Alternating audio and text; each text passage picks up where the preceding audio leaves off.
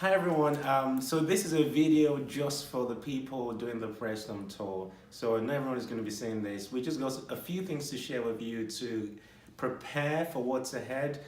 Some of you came to the meeting we had some weeks ago when we kind of talked about consecrating ourselves and preparing for the tour. Now, I kind of made it really open and said, just seek God and ask God as to how He would want you to consecrate yourself. And I didn't put time on it, but I want to put time on it now and say, if you've not made up your mind on, or you've not sought God, or have a sense of what you're going to be consecrating, how you're going to consecrate yourself for this tour, I want to encourage you to do that by this Saturday, because I would love us all to almost start from this Saturday coming up, whatever date it is, I can't remember, a week before London, basically. Yeah. This Saturday coming up will be when we start to prepare ourselves for the whole tour. So just to give you an idea, if you don't know what I mean by consecration, for me, it's kind of like a mini fast, but it's not always food.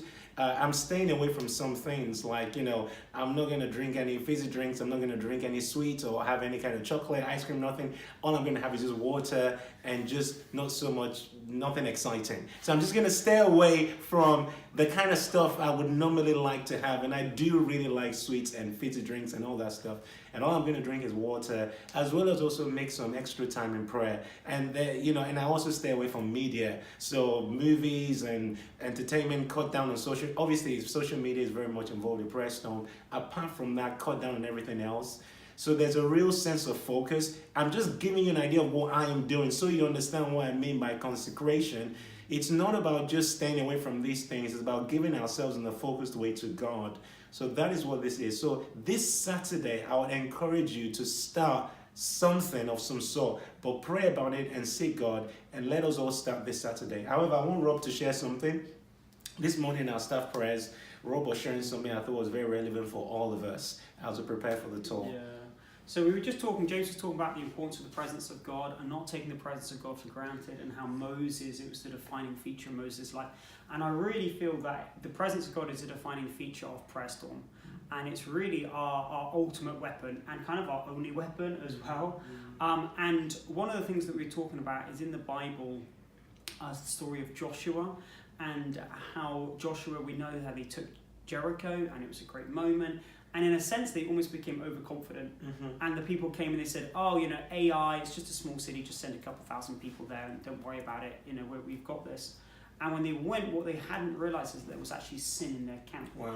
And Achan, his sin meant that they lost that battle.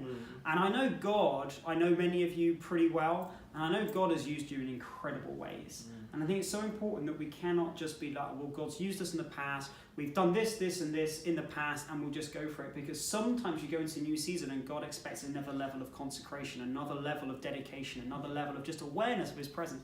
And we believe so strongly that this tour is taking Prayer Storm to that next level that God's been calling us into, and we're so excited about it. And so I just really want to encourage us, and me and James do this regularly, is just to have an opportunity for everybody to just search their hearts and to just bring things to the light. And not just like big things, but just even some of the small things. And the big things too. Obviously the big things, yeah. But just, and I really hope that people have, you've got like prayer partners, accountability partners. If not, obviously, we help find out or do that or whatever. But the point is to just have someone to just say, look, these are my life issues, this is what I'm dealing with. Bring it into the light breaks the power of it. Yeah. It just breaks the power of it. Yeah. And that's what they had to do with Achan. They had to bring it into the light, and they had to get rid of it.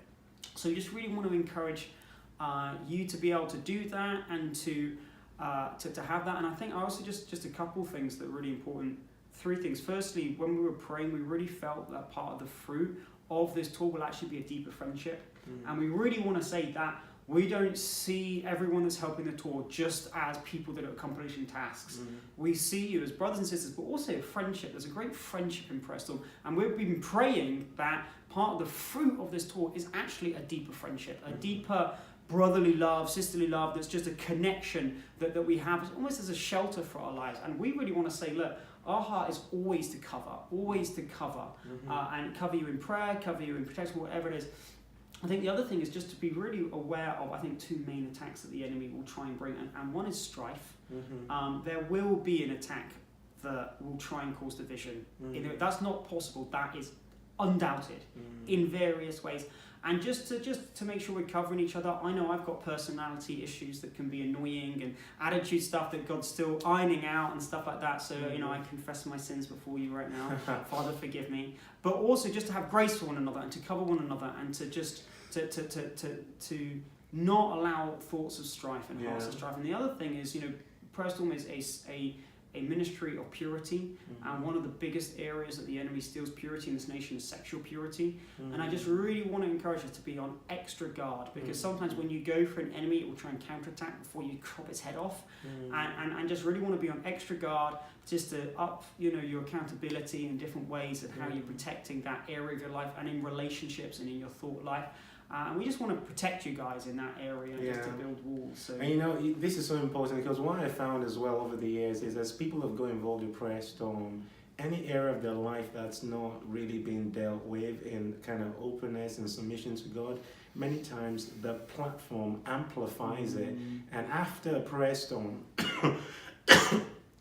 after a Prayer Storm event, or during the Prayer Storm event, is like things just start to explode, exposure starts to come.